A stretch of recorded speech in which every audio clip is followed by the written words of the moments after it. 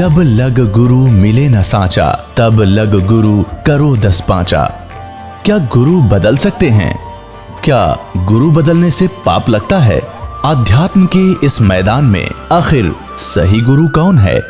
गीता जी में वर्णित तत्वदर्शी संत कौन है? इन सभी प्रश्नों के उत्तर जानने के लिए अवश्य सुनिए जगत गुरु तत्वदर्शी संत रामपाल जी महाराज के मंगल प्रवचन। मोक्ष हुआ तो सफलता है इस मनुष्य जीवन की, अन्यथा नहीं है। और उनको ये भी ज्ञान हो गया कि मनुष्य जीवन बार बार नहीं मिलता और मोक्ष के लिए केवल पूर्ण परमात्मा की भक्ति ही करनी होती है, अन्य की नहीं।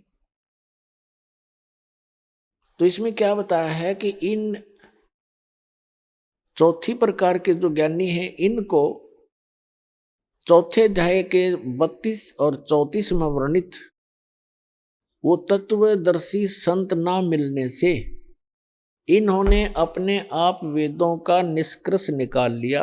यजुर्वेद अध्याय नंबर 40 के मंत्र नंबर 15 में कहा है कि ओम कर्तु समर किलबे समर कर्तुम समर। ओम नाम का जाप काम करते करते सिमरण करो, विशेष कसक के साथ सिमरण करो और मनुष्य जीवन का मूल कर्तव्य जान के ओम का सिमरण करो। तो ये ओम नाम है ब्रह्म का, और उन्होंने गलती से मान लिया उस पूर्ण ब्रह्म का, कंप्लीट गॉड का, परम अक्षर ब्रह्म का। अब कहते हैं गुरु बिन वेद पढ़े जो प्राणी, समझे न सार रहे अज्ञानी। सतगुरु बिन काहू न पाया ज्ञाना, जो थोथा बुस छड़े मूड किसाना। सतगुरु बिन काहू न पाया ज्ञाना, और जो थोथा बुस छड़े मूड किसाना। गुरु बिन वेद पढ़े जो प्राणी, समझे ना सार रहे अज्ञानी। अब ये जितने भी ऋषि महर्षि आज तक हुए हैं, ये कंप्लीटली अज्ञानी थे। इनको तत्वदर्शी संत वो गुरु नहीं मिले।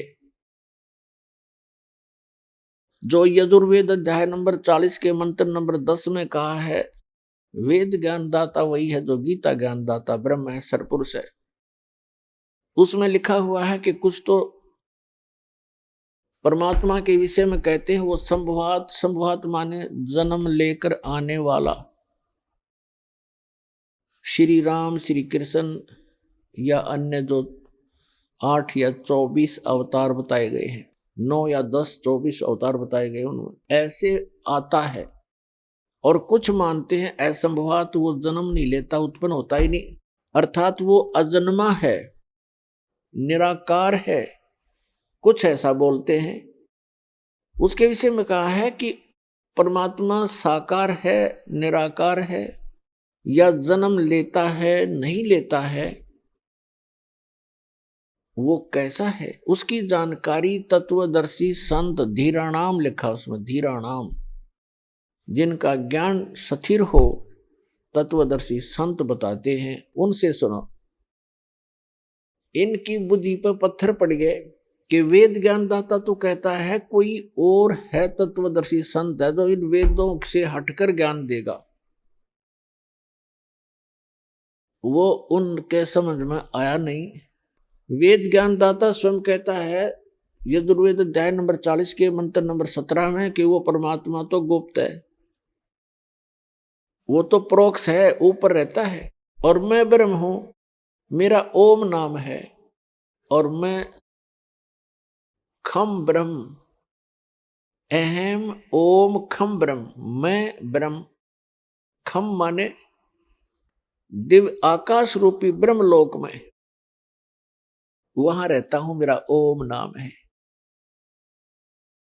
तो पुण्यात्मा, इसलिए परमेश्वर ने कहा अपने सूक्ष्म वेद में, भाई गुरु बिन काहू न पाया ज्ञाना, जो थोथा बुस छड़े मूड किसाना। गुरु बिन वेद पढ़े जो प्राणी, समझे न सार रहे अज्ञानी। तो ये सभी अज्ञानी थे आज तक के जितने ऋषि महर्षि मंडलेश्वर, केवल उन महापुरुषों को छोड़कर जिनको परमात्मा प्राप्त हुआ, और परमात्मा उनके प्रयत्न से प्राप्त नहीं हुआ, वो अपने विधान अनुसार स्वयं ही आता है। जैसे ऋग्वेद मंडल नंबर 9 सूक्त 86 के मंत्र 26 और 27 में, ऋग्वेद मंडल नंबर 9 सूक्त 82 मंत्र 1, 2, 3 में, ऋग्वेद मंडल नंबर 9 सूक्त 54 के मंत्र 3 में, ऋग्वेद मंडल नंबर 9 सूक्त 20 मंत्र 1 में, ऋग्वेद मंडल नंबर 9 सूक्त 96 मंत्र 16 से लेकर 20 में, ऋग्वेद मंडल नंबर 9 सूक्त 94 94 के मंत्र 1 में, ऋग्वेद मंडल नंबर 9 सूक्त 95 के मंत्र नंबर 2 में, ऋग्वेद मंडल नंबर 9 सूक्त 1 मंत्र 8 और 9 में, और भी अनेकों स्थानों पर परमात्मा की महिमा लिखी है कि वो कबीर देव परमात्मा वो परम अक्षर ब्रह्म है, सर्व उत्पादक है, सब आत्माओं का सर्जन करने वाला भी वही है, और पूरे ब्रह्मांडों का, सभी ब्रह्मांडों का सर्जनहार वही है। और वो ऊपर के लोक में रहता है, ऊपर के लोकों में रहता है, सबसे ऊपर के लोक में रहता है, वहां से गति करके आता, अच्छी आत्माओं को मिलता है, उनको उपदेश देता, तत्व ज्ञान सुनाता है, और वो कवियों की तरह आचरण करता है, और अपने मुख कमल से ऊंचे स्वर में बोल बोल के ये तत्व ज्ञान की अमर वाणी लोकोक्तियों के माध्यम से, कविताओं के माध्यम से, शब्दावलियों के माध्यम से बोल बोल कर सुनाता है। वो कवियों की तरह आचरण करता है, और एक प्रसिद्ध कवि की भी उपाधि प्राप्त करता है। कविताओं से बोलने के कारण, कविताओं के माध्यम से, दोहों शब्दावलियों के माध्यम से तत्व ज्ञान प्रचार करने के कारण वो एक प्रसिद्ध कवियों में से भी एक कवि कहलाता है, लेकिन वो होता है परमात्मा। तो पुण्यात्माओं, इस विधान अनुसार वो परमात्मा अच्छी आत्माओं को मिले, उनको अपने से परिचित कराया, सचखंड लेकर गए सतलोक में, जहां भगवान रहता, जहां हम रहा करते थे, और फिर वहां से वापस छोड़ा। उन महापुरुषों ने फिर परमात्मा का आंखों देखा हाल बताया। उनमें से कौन कौन है वो पुण्य भागी? आदरणीय धर्मदास साहिब जी, आदरणीय मलुकदास साहिब जी, आदरणीय नानक साहिब जी जो सिख धर्म के प्रवर्तक हैं, आदरणीय दादू साहिब जी, आदरणीय गरीबदास साहिब जी गांव छुड़ानी जिला झज्जर हरियाणा वाले, आदरणीय घीसा दास जी गांव खेखड़ा जिला मेरठ उत्तर प्रदेश वाले, और आदरणीय रामानंद जी काशी वाले। इन महापुरुषों के बारे में दास को जानकारी है, और भी बहुत से महापुरुषों को परमात्मा मिले। इन्होंने परमात्मा को जाना, और फिर उनका परमात्मा कबीर है, काशी में आए थे धानक रूप जुलाहे रूप में, वही मालिक है। ये एफिडेविट दिए उन्होंने अपनी अमृतवाणी में। आदरणीय गरीबदास साहिब जी ने कहा है, हम सुल्तानी नानक तारे दादू को उपदेश दिया, जात जुलाहा भेद न पाया, वो काशी महे कबीर हुआ। गरीबदास जी ने निष्कर्ष निकाल कर दे दिया कि मैं इंक्लूडिंग मी, गरीबदास जी कहते हैं, हम सुल्तानी अब्राहिम सुल्तान अधम नाम के एक मुसलमान राजा थे। हम सुल्तानी नानक तारे और दादू को उपदेश दिया, वो जात जुलाहा भेद नहीं पाया, काशी माए कबीर हुआ। अनंत कोट ब्रह्मांड का एक रति नहीं भार, और सतगुरु पुरुष कबीर हैं, वो कुल के सिरजनहार। पुण्यात्माओं, परमात्मा की कथा को ये सत्यनारायण कथा है। अभी तक हम श्री विष्णु जी की कथा को सत्यनारायण कथा कहा करते थे, अपनी भूल से। सत्यनारायण का अर्थ है अविनाशी भगवान की कथा, उसकी जानकारी, उसकी महिमा के, उसके गुणगान।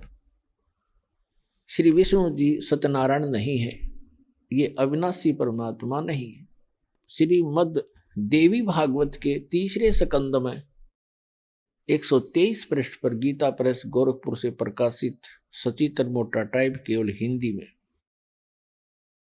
विष्णु जी स्वयं स्वीकार करते हैं कि मैं, ब्रह्मा और शंकर, हम तीनों अविनाशी नहीं है, हम नित्य नहीं है।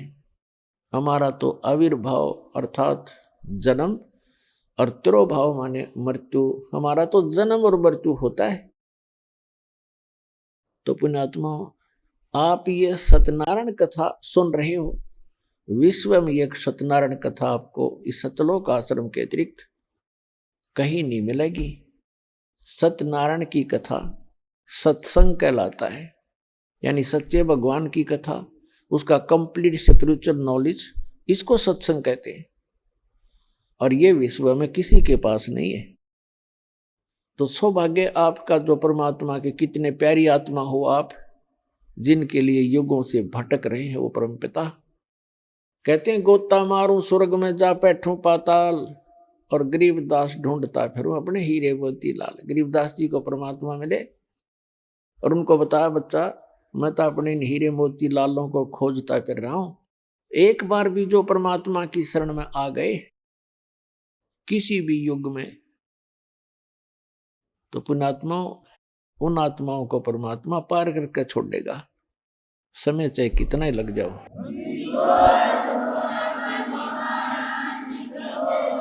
जो जन मेरी शरण है ताका हूं मैं दास, और गेल गेल लाग्या फिरूं जब तक धरती आकाश।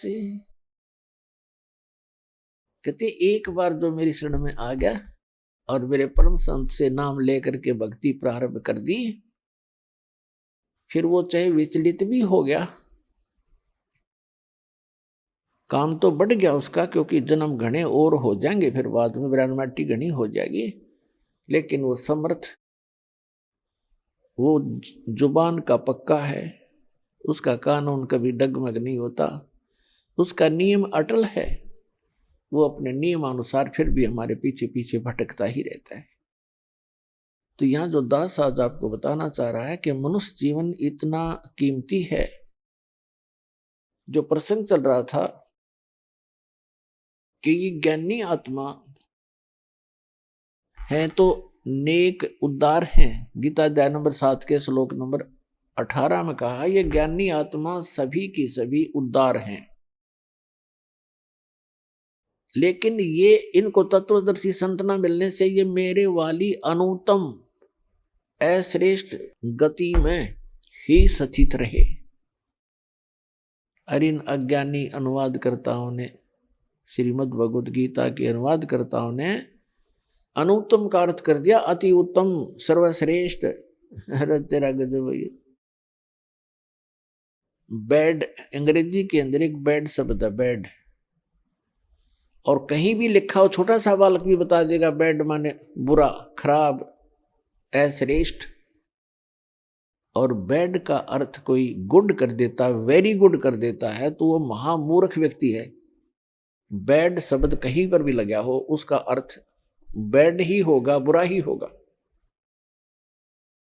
तो पुण्यात्मा, सौभाग्य आपका, दास को या बुद्धि दी उस परम पिता कबीर भगवान ने, और आपको ये तत्व ज्ञान प्राप्त हुआ।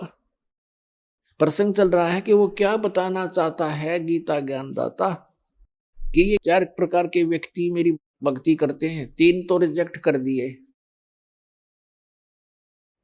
जैसे अर्थार्थी, आर्थ, जिज्ञासु और ज्ञानी को उत्तम मानना उसने, कि वो अच्छा है, मुझे प्रिय है, मैं उसको प्रिय हूं, लेकिन वो भी मेरे वाली यानी ब्रह्म तक की साधना, इससे मिलने वाली अनुत्तम गति, अश्रेष्ठ स्थिति में ही स्थित है। अनुत्तम क्यों कहा इसने? अपनी गति को भी अनुत्तम क्यों कहा? गीता अध्याय नंबर 4 के श्लोक नंबर 5 और 9 में, गीता अध्याय नंबर 2 के श्लोक नंबर 12 में, गीता अध्याय नंबर 10 के श्लोक नंबर 2 में। ये गीता ज्ञानदाता स्वयं कहता है, अर्जुन तेरे और मेरे बहुत जन्म हो लिए, तू नहीं जानता मैं जानता हूं। गीता अध्याय नंबर 8 के श्लोक नंबर 13 में कहता है, अर्जुन ओम इति एकाक्षरम ब्रह्म व्यवहारण माम अनुस्मरण ये प्रियति तजन देहम सयाति परमाम गति। मुझ ब्रह्म का केवल एक ओम मंत्र है, नथिंग एल्स। और इसकी साधना उच्चारण करके जाप करता हुआ जो अंतिम श्वास तक भी इसका जाप करता हुआ शरीर छोड़कर जाता है, ओम से मिलने वाली परम गति को प्राप्त होता है। ओम से मिलने वाली परम गति क्या है? ब्रह्म लोक प्राप्त होता है। यजुर्वेद अध्याय नंबर 40 के मंत्र नंबर 17 में स्पष्ट कहा है वेद ज्ञानदाता ने कि वो परमात्मा तो प्रोक्ष है, ऊपर रहता है, गुप्त है, और मैं ब्रह्म हूं, और मैं ऊपर दिव्य आकाश रूपी ब्रह्म लोक में रहता हूं। श्री देवी भागवत के अंदर, श्री देवी पुराण में 7वें स्कंद में 562 से 63-64 पृष्ठ तक, 563-564 तक ये स्पष्ट किया है। हिमालय को ज्ञान देते हुए श्री देवी जी कह रही है कि राजा हिमालय, उस परमात्मा के विषय में जानकारी बताती हूं मैं, उसका ओम नाम है, और उस ओम नाम का जाप करके ब्रह्म लोक की प्राप्ति कर लेता है, ब्रह्म को प्राप्त होता है, और वो ब्रह्म ऊपर दिव्य आकाश रूपी ब्रह्म लोक में रहता है वो ब्रह्म। और तुम्हारा कल्याण हो, ओम नाम का जाप करो, ब्रह्म पाने का उद्देश्य रखो, वो ब्रह्म लोक में रहता वो ब्रह्म। तो पुण्यात्मा, ओम नाम के जाप से ब्रह्म लोक प्राप्ति होती है। श्रीमद् भगवत गीता अध्याय नंबर 8 के श्लोक नंबर 16 में कहा कि अर्जुन, ब्रह्म लोक में गए हुए प्राणी भी पुनरावृत्ति में है। 8वें अध्याय के 13वें श्लोक में अपनी साधना का मंत्र बताते हैं कि इसके अतिरिक्त कोई मंत्र नहीं है, उसके अतिरिक्त कोई नाम जाप कराते हैं। कौन कौन से? ओम नमः शिवाय, ओम भगवते वासुदेव नमः आदि आदि ये मंत्र नहीं है, क्योंकि ये श्रीमद् भगवत गीता में नहीं लिखे हैं। 8वें अध्याय के 5 और 7 में ये खुद कहता है कि अर्जुन मेरी भक्ति कर, मुझे ही प्राप्त होगा, लेकिन युद्ध करना पड़ेगा, यह शांति नहीं हो सकती।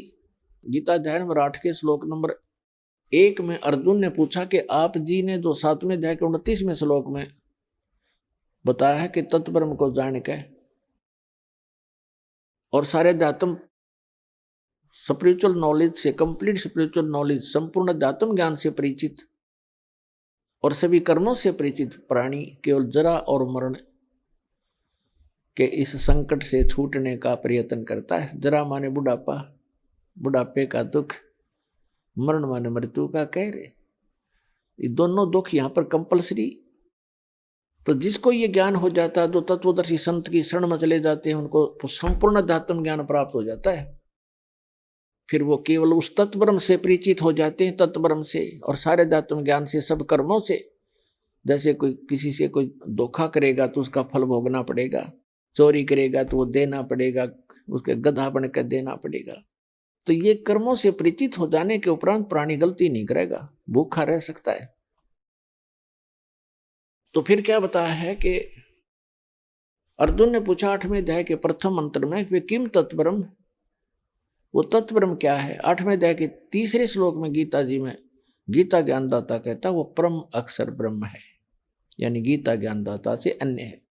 श्रीमद् भगवत गीता 1 से लेकर 4 और 16 और 17 में परमात्मा की परिभाषा कोड वर्डों में बहुत कुछ डिफाइन है, वर्णित है।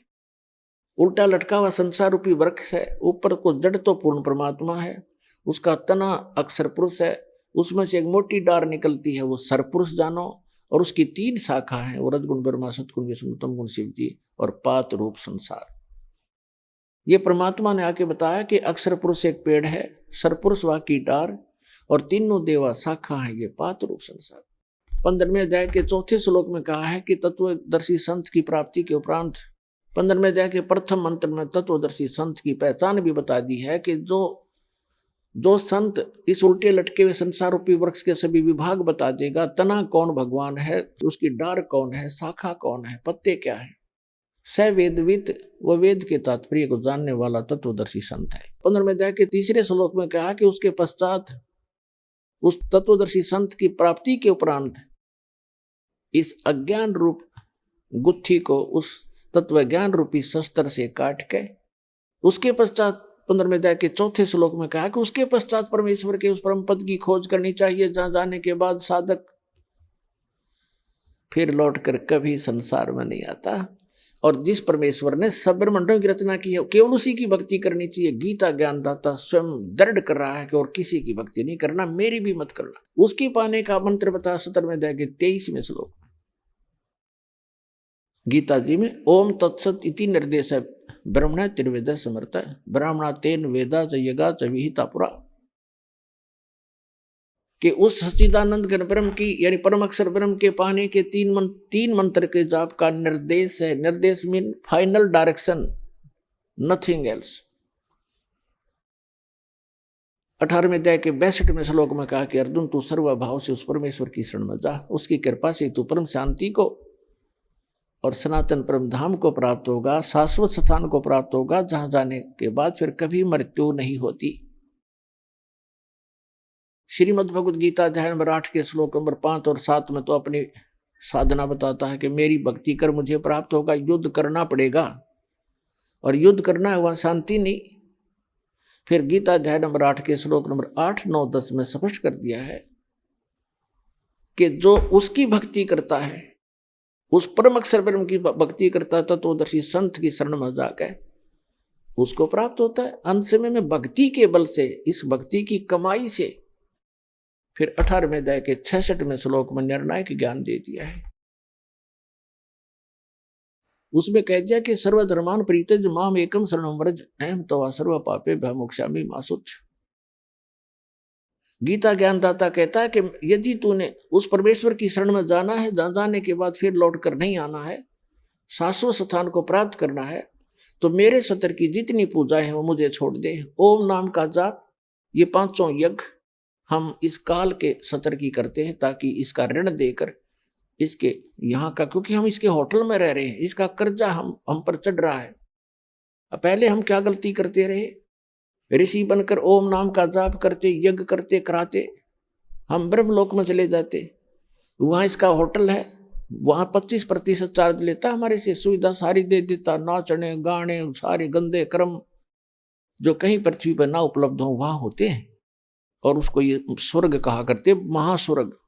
हम अपनी पूंजी को वहां नाश करके और फिर पाप भी भोगते और फिर 83 लाख योनियों भोगते और यही धक्के खाते रहे। अब हम इस पूंजी को नष्ट नहीं करेंगे, अपनी जो भक्ति करें, हम इसको दे देंगे ब्रह्म को। इस श्वास के सतनाम में 2 अक्षर का मंत्र है, एक ओम है, एक तत् और सार नाम के अंदर फिर ये तीनों इकट्ठे हो जाते हैं। तो हम जो ओम नाम के जाप की कमाई इसको दे देंगे, ये ब्रह्म की है। ये स्वयं भी कहता 18वें अध्याय के 66वें श्लोक में सर्वधर्मान परित्यज्य माम एकम शरणं व्रज, मेरे सत्र के सभी पूजाएं, जो मेरे सत्र की भक्ति है वो धन मुझे दे दे, नू का नू, फिर मैं तुझे सब पापों से मुक्त कर दूंगा, फिर तू उसकी शरण में जा, मुझे कोई ऑब्जेक्शन नहीं। अब जैसे हमने किसी का कर्ज ले रखा हो और वो कहेगा भाई तुझे जब छोड़ूंगा जो मेरा कर्ज दे देगा, तो हम इसका कर्ज दे देंगे, छोड़ेगा, छोड़ना पड़ेगा इसको। तो स्वयं भी अपना वायदा करता है। तो इसके सत्र की जो भक्ति है, हम त्रिकुटी पर जाकर परमात्मा आपके साथ होगा इस दास के रूप में और आपके सारे अकाउंट कराएगा।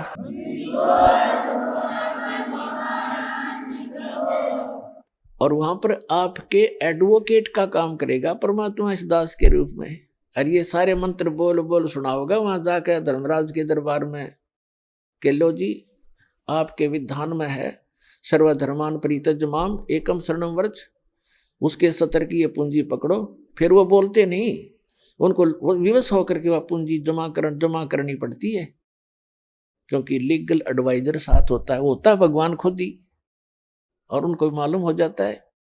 तो इस प्रकार पुण्यात्माओं, किसी भी ऑफिस में आप जाते हो और आपका एडवोकेट साथ हो, तो वो आधे वैसे डिप्रेस हो जाते हैं कि जानकार आदमी है, बको अटपट करोगे तो तुम्हारी फिर बात बिगड़ जाएगी। तो इसलिए गुरु की आवश्यकता आपको अंतिम श्वास तक पड़ेगी। और गुरु पूरा हो, पूरा गुरु हो, उस परमात्मा से परिचित हो, उसका कृपा पात्र हो, तो वो दास है इस पृथ्वी पर आज के दिन। और ये अपना डगमग ना होना। तो प्रसंग चल रहा था, वहीं आते हैं फिर 8वें अध्याय के 8, 9, 10 में कहा कि उस भक्ति के बल से तू उस परमात्मा की शरण में, जो उसकी भक्ति करता उसके पास चला जाएगा। और 8वें अध्याय के 5 और 7 में कहा कि मेरी भक्ति करेगा तो मुझे प्राप्त होगा, इसमें कोई शंका नहीं। अपने आत्मा जो प्रसंग चल रहा था, हम फिर आते हैं 7वें अध्याय के 18वें श्लोक में गीता जी में।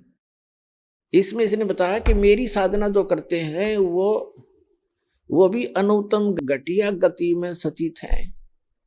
कैसे हैं? जैसे एक चुनक नाम के ऋषि थे, वो ज्ञानी आत्मा थे, घर त्याग दिया, बाल बच्चे त्याग दिए और वेदों को पढ़ा, यही मार खा गए, इनको गुरु नहीं मिले।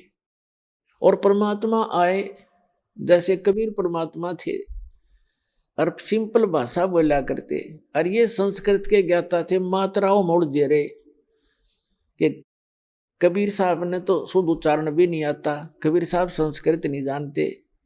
रस भाषा का काम तो अपने विचारों को दूसरे तक पहुंचाने का है, चाहे वो मात्रा गलत भी हो और चाहे उच्चारण गलत भी हो। समझ जाता आदमी, जब बुद्धिमान होगा संकेत समझ लेते। उसके उनके पास पावर थी। जैसे एक हरियाणा के मुख्यमंत्री अंगूठा छाप थे, और वो किसी गांव में गए, गांव वाले कहने लगे कि मुख्यमंत्री जी, हमारे यहाँ सड़क नहीं है, हमारे गांव में ये डिग्गी पानी का वाटर सप्लाई बिना कहनी आवती थी, उन्होंने डिग्गी को नहीं पानी की। तो वहां सारे के सारे विभाग खड़े थे, चीफ इंजीनियर तक, डीसी और कमिश्नर तक। उसने कतीक ना शुद्ध हिंदी जाना था, ना अंग्रेजी बोल से जानता था मुख्यमंत्री। उसने कहा, रे उरे ना, ओ डीसी, क्या नाम है तेरा रे? चीफ इंजीनियर की कहने, उरे ना, ऐसे कर, यहाँ से लेकर अठैत लेकर बठैता ही इनकी सड़क बना दे। उन्हें इंग्लिश भी बना ली उसकी, अठैत बठै की, हर नक्शा भी तैयार कर लिया। तीसरे दिन काम शुरू हो गया। तो पुण्यात्माओं जो ये बकवास करते हैं ना, रामपाल ने संस्कृत नहीं आती, फलाना नहीं आता, ये तो वही हैं नकली। दास के पास वर्ड पावर है उस परमात्मा की दी हुई। जिस भी शब्द से बोलूंगा परमात्मा खूब जान लेता है और आपके सारे काम करेगा, मेंट नहीं लगेगी।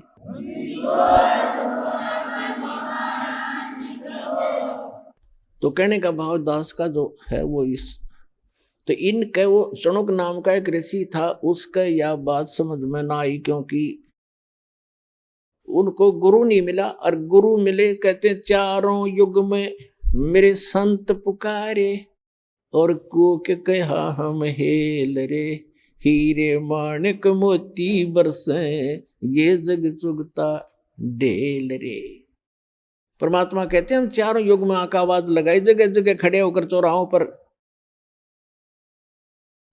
और कहते हैं हम तत्व ज्ञान रूपी और सत भक्ति सतमंत्र रूपी लालों की वर्षा कर रहे हैं।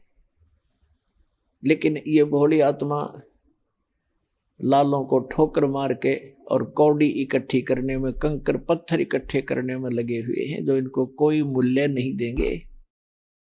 कहते हैं पर भी लेन जात है दुनिया, हमरा ज्ञान किने ना सुनिया। ये जाते हैं वो तालाब में नहाने के लिए, पर भी लेने के लिए, हाय हाय। और वहां उस हमने देखे, ये एक जींद के पास में पिंडारा गांव है, पिंडारा, और उसमें एक जोड़ है तालाब, और उसमें नहाने जाते हैं कल्याण के लिए। उसको पिंडारा तीर्थ कहते हैं। वहां देखा हमने ऐसा जल उसका गर्मियों में, उसमें गधा भी ना बढ़े। अरे ये श्रद्धालु उसमें लौटे, थोड़ा सा पानी लेके न्यू करें, वो पानी घना था नहीं, सारे नु ला के कल्याण हो जाएगा, क्योंकि मोक्ष के लिए भटक रही है आत्मा। तो परमात्मा कहते हैं पर भी लेन जात है दुनिया, हमरा ज्ञान किन्हें ना सुनिया।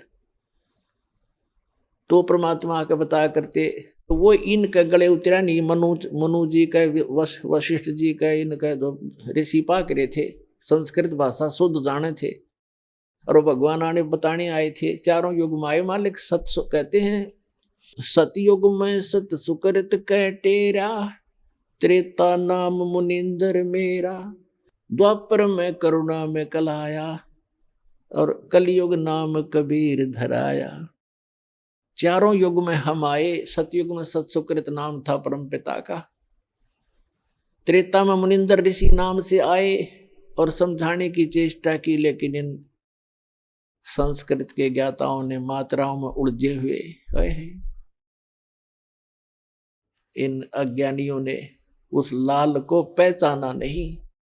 और कहते हैं द्वापर में हम करुणा में नाम से आए थे, एक बाल्मीक के को मिले थे, ऐसे ही जैसे कलयुग में एक धानक को, जुलाहे को मिले थे कमल के फूल पर। ऐसी लीला करते हैं प्रत्येक युग में परमात्मा। और कलयुग में कबीर नाम से आए थे। तो ये क्या बताते हैं परमात्मा कि हम चारों युग में आते हैं, और ये मात्रा की, व्याकरण की भक्ति करने वाले ये भगवान को पहचान नहीं पाते। तो क्या बताते हैं परमात्मा ने बताया है कि हम चारों युगों में आते हैं, लेकिन ये पहचान नहीं पाते। तो उस चुनक ऋषि ने अपने आप निष्कर्ष जैसा भी सुना था ब्रह्मा से या किसी अन्य ऋषि गुरु से, ये फाइनल मान लिया कि ओम नाम है पूर्ण ब्रह्म का, कंप्लीट गॉड का। और उसके साथ साथ एक समय जब ब्रह्मा जी कमल के फूल पर इस काल ने धोखे से बैठा दिए, उससे पहले का उसका जीवन ब्रह्मा जी को कुछ नहीं मालूम है, कैसे जन्म हुआ, कहां से आ गया। कमल के फूल के ऊपर वो बैठा पाया, तब उसने सोचा सब पानी ही जल है, अब यहां मैं कैसे उत्पन्न हो गया। तो आकाशवाणी कर दी इस काल भगवान सरपुरुष ने, इनके पिता ने क्या कहा कि तप करो तप करो। 1000 वर्ष तक ब्रह्मा जी ने तप किया, फिर कहा सृष्टि करो। अब उनकी बैटरी चार्ज कर दी सिद्धियों से, तब से सिद्धियां आती हैं, और सिद्धियों से यहाँ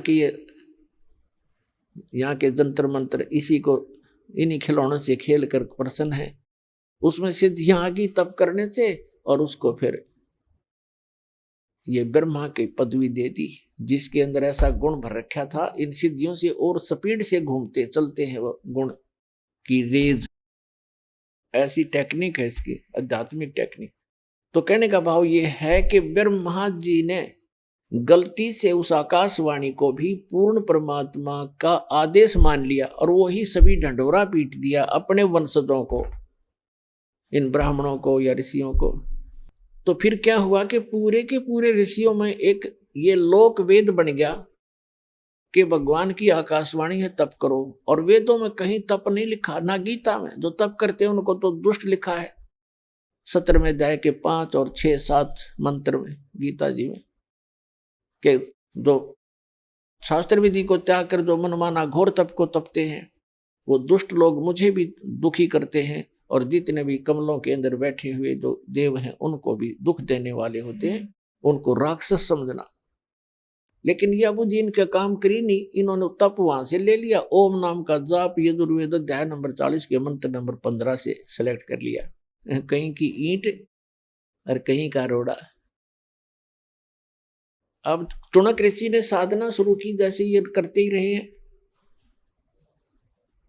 और गीता अध्याय नंबर 11 के श्लोक नंबर 32 में ये कहता, अर्जुन मैं काल हूं और सबको नष्ट करने के लिए प्रवृत्त हुआ हूं। 11वें अध्याय के 47-48 में इसने कहा कि अर्जुन ये मेरा वास्तविक रूप है, मैं ऐसा हूं, ये है मेरा स्वरूप, और इसके दर्शन तेरे अतिरिक्त पहले किसी ने नहीं किए, ना आगे कोई कर सकता। और ना कोई जप से, ना तप से, ना वेदों वर्णित विधि से, ना कोई किसी यज्ञ से मेरे दर्शन, इस रूप के दर्शन नहीं कर सकता, अर्थात ब्रह्म प्राप्ति नहीं हो सकती। और इन्होंने ओम नाम का जाप जपया, वो इस ब्रह्म का सरपुरुष का ही है। 8वें अध्याय के 13वें श्लोक में गीता जी में स्वयं कहता है, ओम इति एकाक्षरम ब्रह्म विहरण माम अनुसमरण ये प्रयाति तदंदेहं स याति परमाम गतिम। तो इन्होंने इस ओम नाम का जाप किया और ये 11वें अध्याय के 47-48 में इनका कल काम करी नहीं। गीता जी में यूं कहता है, मेरी प्राप्ति, मेरे इस रूप का दर्शन, अर्थात मेरी प्राप्ति, ब्रह्म प्राप्ति, न वेदों वर्णित विधि से, न जप से, न तप से, न किसी यज्ञ से किसी प्रकार भी नहीं हो सकती। तो जिस कारण से इन्होंने हठ योग भी किए, ओम नाम के जाप भी किए, समाधिस्थ भी हुए। तो ये कैसा करता है, ये जैसे कोई भी साधक साधना करने लगा, उनको मिसगाइड करने के लिए किसी को तो शंकर भगवान के रूप में दर्शन दे दिए, अपने पुत्र के रूप में। तो उस ऋषि ने मान लिया कि ये जो शंकर भगवान है, ये काल का पुत्र है, तमोगुण, ये ताम इनके पास रहता है ऋषियों के। तो उन्होंने मान लिया ये है भाई परमात्मा। मैंने समाधि ला कर खूब देख लिया, समाधि दशा में मुझे इसके दर्शन हुए। और वो दिखा था काल, उसने कस प्रतिज्ञा कर रखी है कि मैं अपने वास्तविक रूप में कभी किसी को दर्शन नहीं दूंगा। गीता अध्याय नंबर 7 के श्लोक नंबर 24-25 में स्पष्ट कर रहा है कि ये मूर्ख जन समुदाय मुझ अव्यक्ति को, अव्यक्तम को व्यक्तिम आपनम मनन्ते अबुधा। मैं अव्यक्त रहता हूं, अपनी योग माया से छुपा रहता हूं, कभी किसी के समक्ष नहीं आता। ये मेरा अटल घटिया नियम है, अविनाशी नियम है। और ये मूर्ख मुझे कृष्ण मान रहे होंगे व्यक्ति। अब श्री कृष्ण तो सामने खड़ा था, वो कैसे कहता मैं छुपा रहता हूं। इसी सिद्ध है, उसमें वो काल बोल रहा था। तो उसने तो ये ऐसी लीला करता है, तो इसलिए प्रतिज्ञा कर रखी है, ये मेरी अटल प्रतिज्ञा है। इसलिए ये किसी को विष्णु के रूप में दर्शन दे देता समाधि दशा में। वो विष्णु जी को फाइनल गॉड मान कर उसकी महिमा बना दी अपने आत्मा।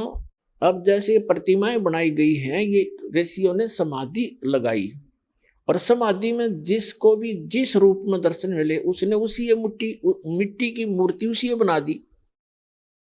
आगे चल के ये मूर्ति एक परंपरा बन गई। तो इन्होंने ब्रह्मा विष्णु महेश की मूर्तियां बनाई, इन्हीं के दर्शन हुए इनको। किसी को ब्रह्मा के रूप में दर्शन दे दिए। इस प्रकार ये सबको विचलित करके रखता है। तो कहने का भाव ये है, इन ऋषियों ने परमात्मा के दर्शन नहीं हुए, फिर भी ये घुमा फिरा कर ये कहते हैं कि वेदों में परमात्मा तो निराकार लिखा है, ये जो दिखाई देता है ये परमात्मा नहीं हो सकता। एक तरफ श्री विष्णु जी को कंप्लीट गॉड भी मानते हैं, फिर बुद्धि विचलित होने से कोई इनको कहता है कि नहीं भगवान तो दिखाई थोड़ा ही देता, वो तो निराकार है, प्रकाश ही प्रकाश है। सहस्रार कमल में जाकर देखो, वो तो प्रकाश ही प्रकाश दिखाई देता है, 1000 ज्योतियां दिखती हैं। तो फिर ये वहां डगमग हो गए सचमुच। तो इनको ये निष्कर्ष निकाल ही नहीं सके, क्योंकि इनकी साधना व्यर्थ थी, इनकम्प्लीट स्पिरिचुअल नॉलेज था। तो चुनक ऋषि ने हजारों वर्षों तक परमात्मा प्राप्ति के लिए कोशिश की, भगवान मिले नहीं। और ये एटम बम बन जाते हैं ज्यादा तप और जप करने से, इस काल तक की भक्ति करने से। और यही कारण है कि काल फिर इनका दुरुपयोग करता है। रिमोट उसके हाथ में होता है इनका सबका। तो चुनक ऋषि ने हजारों वर्षों तक तप किए, जप किया ओम नाम का, भगवान मिला नहीं। और सिद्धि के से यो ओतप्रोत हो गया, पावर हाउस बन गया, एक एटम बम बन गया। एक मानधाता नाम के चक्रवर्ती राजा थे, यानी पूरी पृथ्वी के शासक थे। और वो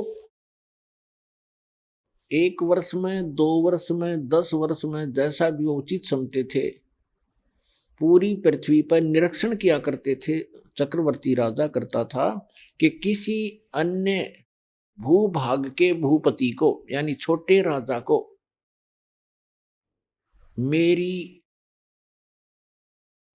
मेरी प्राधीनता अस्वीकार तो नहीं होगी है। तो उसके लिए वो क्या करते थे, एक राजा का पर्सनल हाउस होता था, अपना घोड़ा निजी, उसके गले में एक पंपलेट लगा दिया करते थे। उसके साथ सैकड़ों हजारों की संख्या में सैनिक चल पड़ते थे। राजा का घोड़ा प्रत्येक छोटे राजाओं के राज्य में से गुजरता जाता था।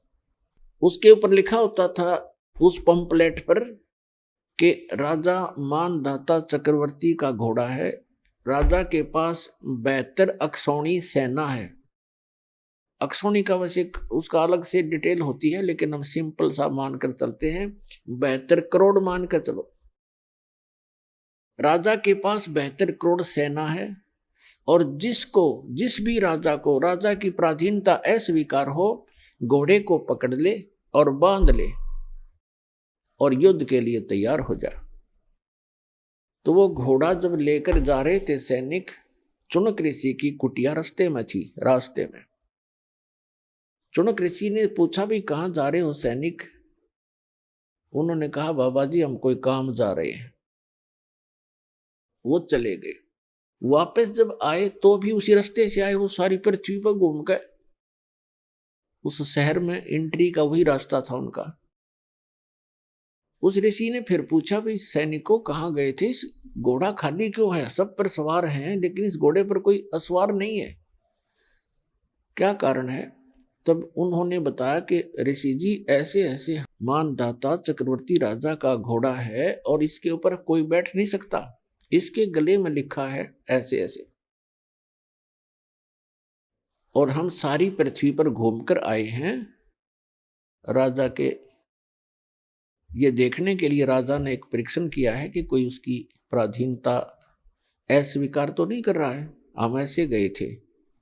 तो उस ऋषि ने देखो रिमोट काल के हाथ में बम बना लिया। पहले तो गलत साधना करवा के चुनक ऋषि से रिमोट उसके हाथ में। अब ये मन कौन है? ये मन एलिमेंट है, उस काल का एक अंश है। आत्मा उस दयाल की अंश है। अब देखो ऋषि के मन में उसने रिमोट से ऑन कर दिया।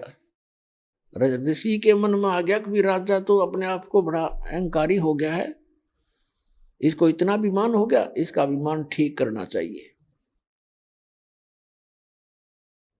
अब ऋषि ने कहा कि सैनिकों, यदि मैं तुम्हारे राजा का युद्ध स्वीकार कर लूं तो क्या हो? तो सैनिक ही होते हैं, सूरवीर होते हैं, उनके बोलने की शैली भी कड़क होती है। वो कहने लगे रे कंगले, तेरे दाने खाने को नहीं, अपनी जपले माला चुप करके हैं, और युद्ध करेगा तो मानधाता चक्रवर्ती के साथ तेरी क्यों सामत आई है? बदले अपनी माला बदले। अब ऋषि जी का और दूना दुख हो गया कि इसके सैनिक इतने अभिमानी हैं, तो राजा तो पता नहीं क्या होगा, इसको सेट करता हूं। तो चुनक ऋषि ने कहा कि भाई मैंने स्वीकार कर लिया तुम्हारे चक्रवर्ती राजा का युद्ध, और इस घोड़े ने बांध दो मेरी कुटिया इस पेड़ के। अब वो सैनिक तो तैयार बैठे थे, बांध दिया घोड़ा तुरंत। अगले राजा भी आए। अभी आए ऋषि जी, हम एक आज्ञा ले आते हैं राजा की। अब राजा को जाकर बताया कि ऐसे ऐसे एक चुनक नाम के ऋषि ने आपका युद्ध स्वीकार कर लिया। राजन, मंत्री सलाहकार होते हैं, वो कहते हैं देखो आज एक आदमी की हिम्मत, एक ने सिर उठाया है राजन, कल ना कोई और भी बकवाद कर देगा, धीरे धीरे क्रांति आ जाएगी। और कहते हैं बुराई को शुरुआत में ही नष्ट कर देना चाहिए। तो राजा ने कहा ठीक है जाओ। तो राजा ने अपनी सेना की तीन विभाग कर दिए, 3 बटालियन बना दी, और एक टुकड़ी में 18 करोड़ सेना भेज दी एक ऋषि को मारने के लिए। उधर से उस काल के पुजारी ने, चुनक ऋषि ने, ब्रह्म के साधक ने सारे जीवन में जो डले ढोए थे उसकी 4 पुतली बना ली, 4 परमाणु बम बना लिए वचन से। पुणात्माओं, जो आध्यात्मिक मार्ग है, जो साधना ऋषि करते हैं, ये भगवान से ही कुछ पावर कलेक्ट कर लेते हैं।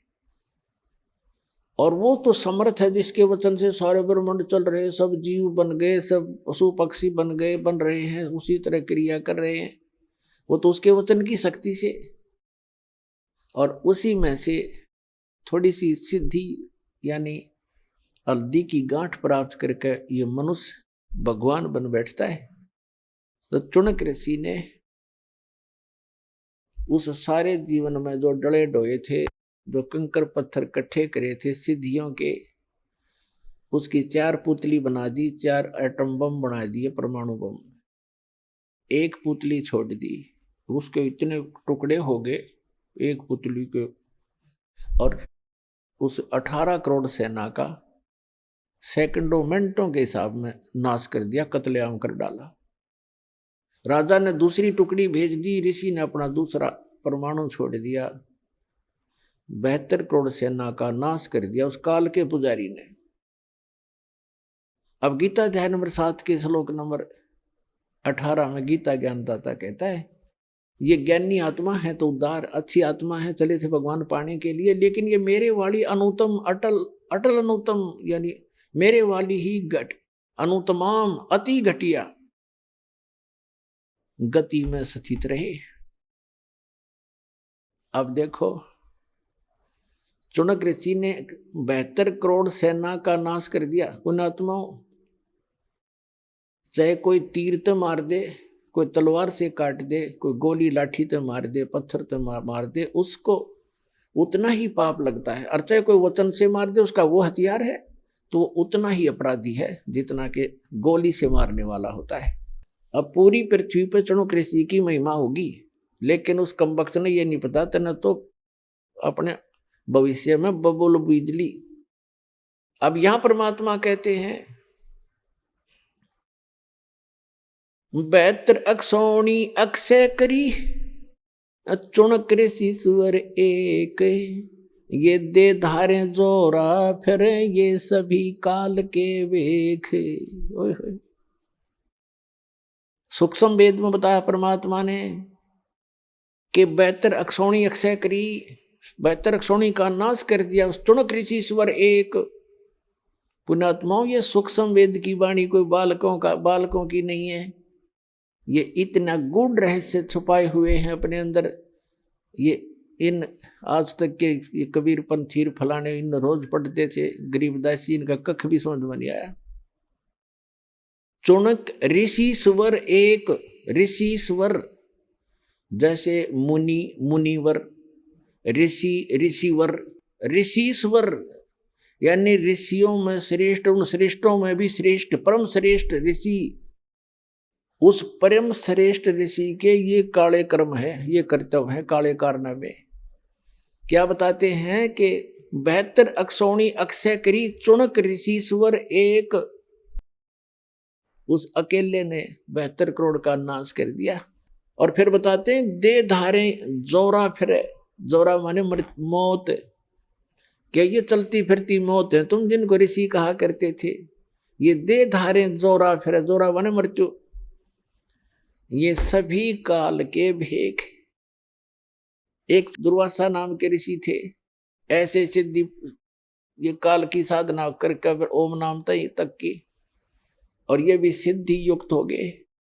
एक बार श्री कृष्ण जी के पुत्र प्रद्युम्न सहित और कुछ अन्य यादवों ने जाकर उस दुर्वासा ऋषि के साथ मजाक कर दिया, एक गर्भवती लड़की का सांग बना लिया, प्रद्युम्न को गर्भवती लड़की जैसा स्वांग कर लिया, उसके पेट पे एक कढ़ा बांध लिया, छोटा सा कढ़ा, जैसे छोंक छांक लान की हुआ कर कढ़ाई सूखी सब्जी बनाने की, और ऊपर का कपड़ा लपेट दिया, लोगड़ लगा दिया, बांध दिया, और लड़कियों वाले वस्त्र पहना कर ले गए। एक उसका नकली पति बना लिया, और द्वारका के बाहर बनी में जंगल में दुर्वासा भक्ति कर रहा था, दोना लाए बैठा था।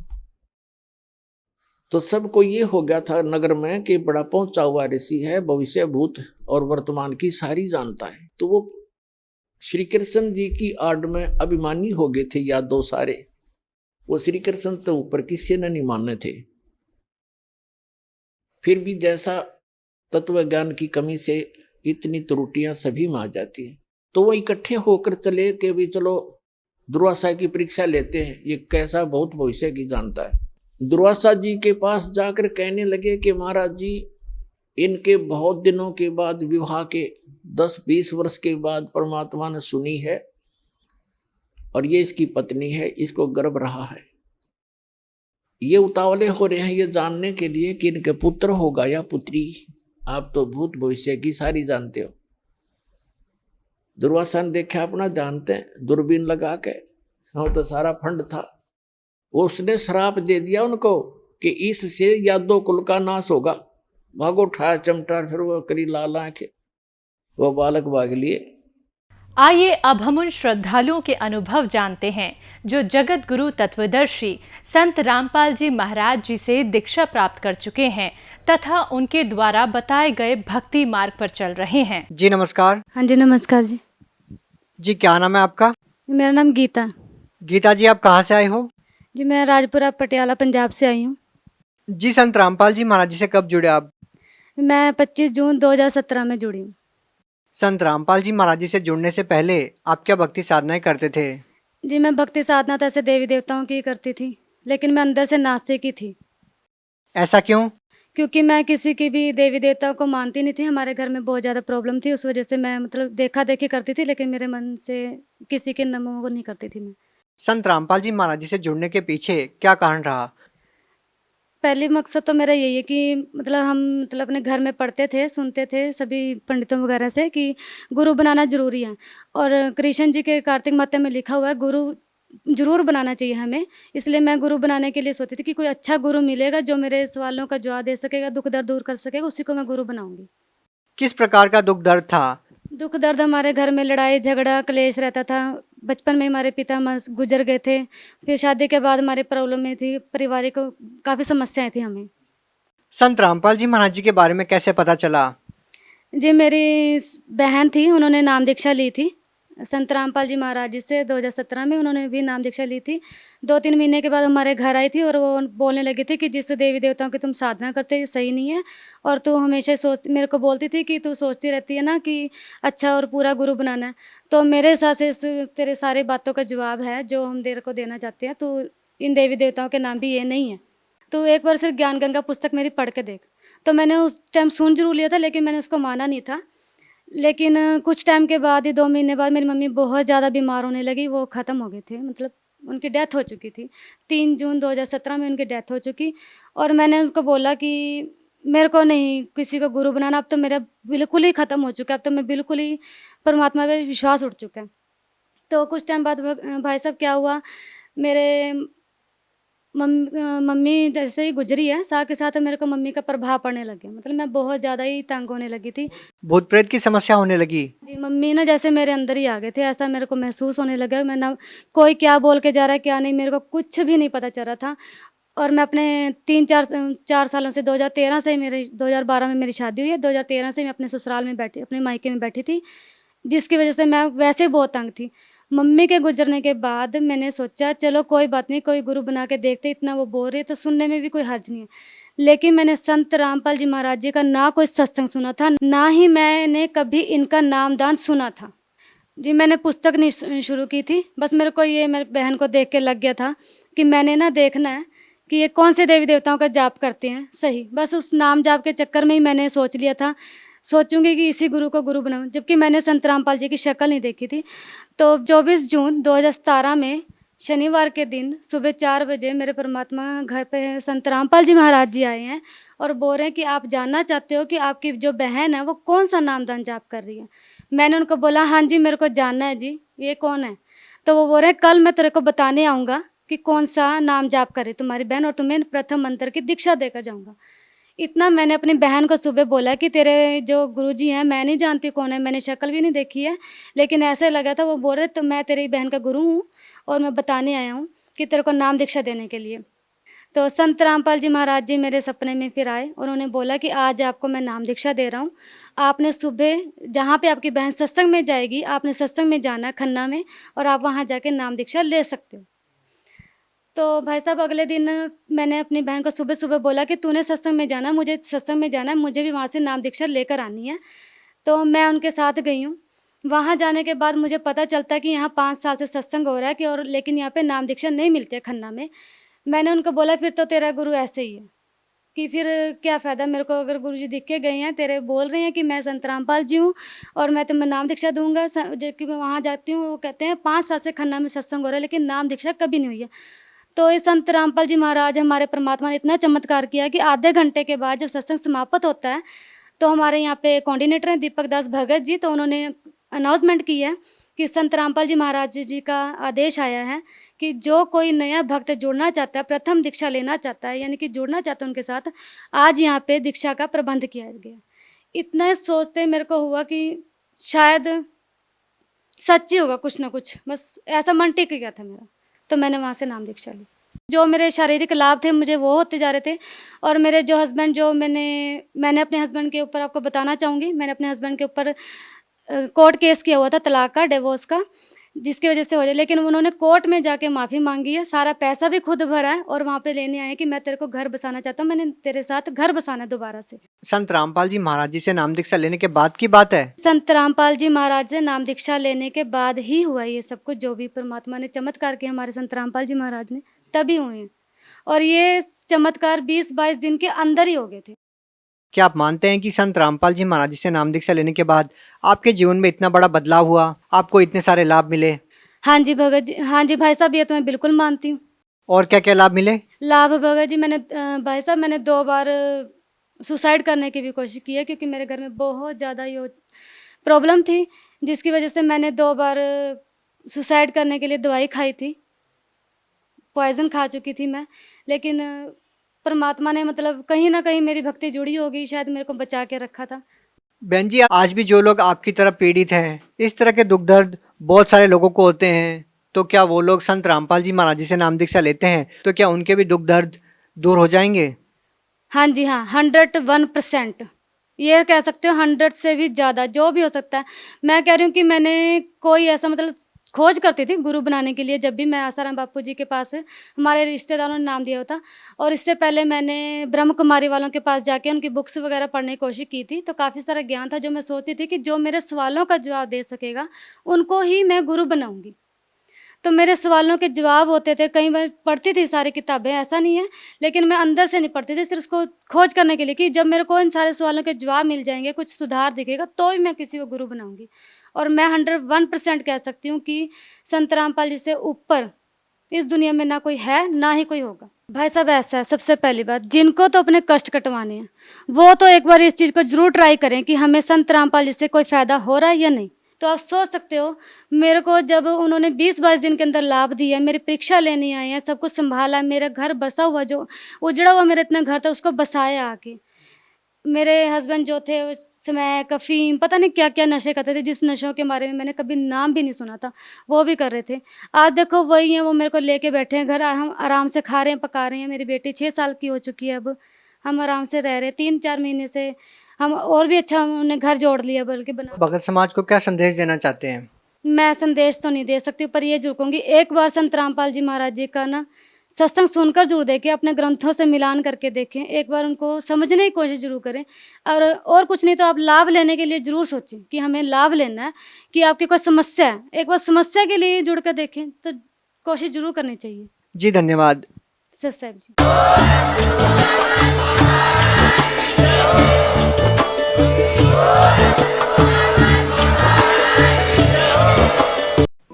आप सुन रहे थे जगत गुरु तत्वदर्शी संत रामपाल जी महाराज के मंगल प्रवचन।